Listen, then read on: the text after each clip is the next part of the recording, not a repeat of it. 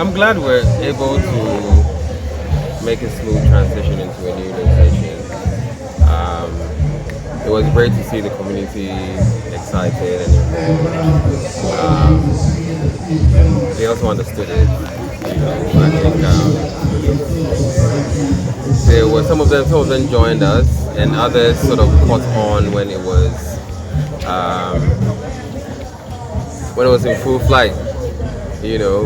So that's how come towards the end there was like a whole lot of people who were chasing it. I think next year the community will, a whole lot more people will come out. But yesterday it was great. I mean, this is our new space, and we had over 600 people, join the procession. It was quite long, and it's a great way to sort of reintroduce ourselves in a new community. Yeah, we had more people than we had last year.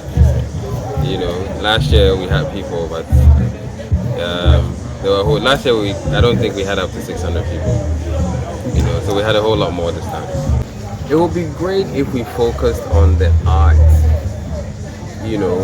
and enjoy the art first. There are conversations, seminars, workshops, knowledge sharing sessions like you walked into, which are important for developing our capacity, and sometimes you have capacity but you don't know how to utilize it. As artists, as cultural animators, as creators, we are learning all these skills for free over here. And if you look at the crowd, you see more non-Ghanaian presence than so there's a free photography session, technique, how technology has changed, discussing visual representation of Africans and how we are putting ourselves out, and how you can be taught to put yourself out to represent yourself properly on an international stage. And it's for free. So it would be great if there's as much excitement and interest around our knowledge sessions than, the partying. The partying is nice, the partying is nice, but also we have 5 whole days of exhibitions, film screenings, and knowledge sharing sessions, and it's always like clockwork. It's always overcrowded with non-Ghanaians. The collaboration started as far back as 2012, with engagement of other international art collectives, and over the years it's been consistent. One can also see that in the sort of work that the artists who have worked with us, you can see it in how they are now translating their work,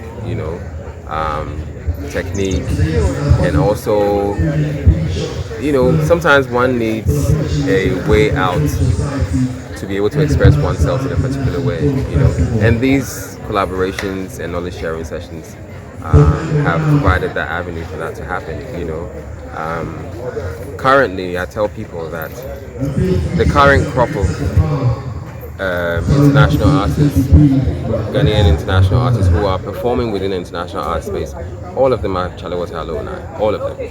So that counts for something. Well, we're focusing on more of our history of resistance against invasion. A lot of the time there's a fixation on enslavement, a period of enslavement, and the history around that enslavement.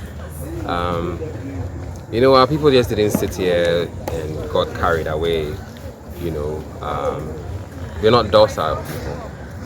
The people who got carried away were the people who fought to their last breath and they couldn't anymore. So actually the people who left here, they didn't leave here as enslaved people. They were actual prisoners of war.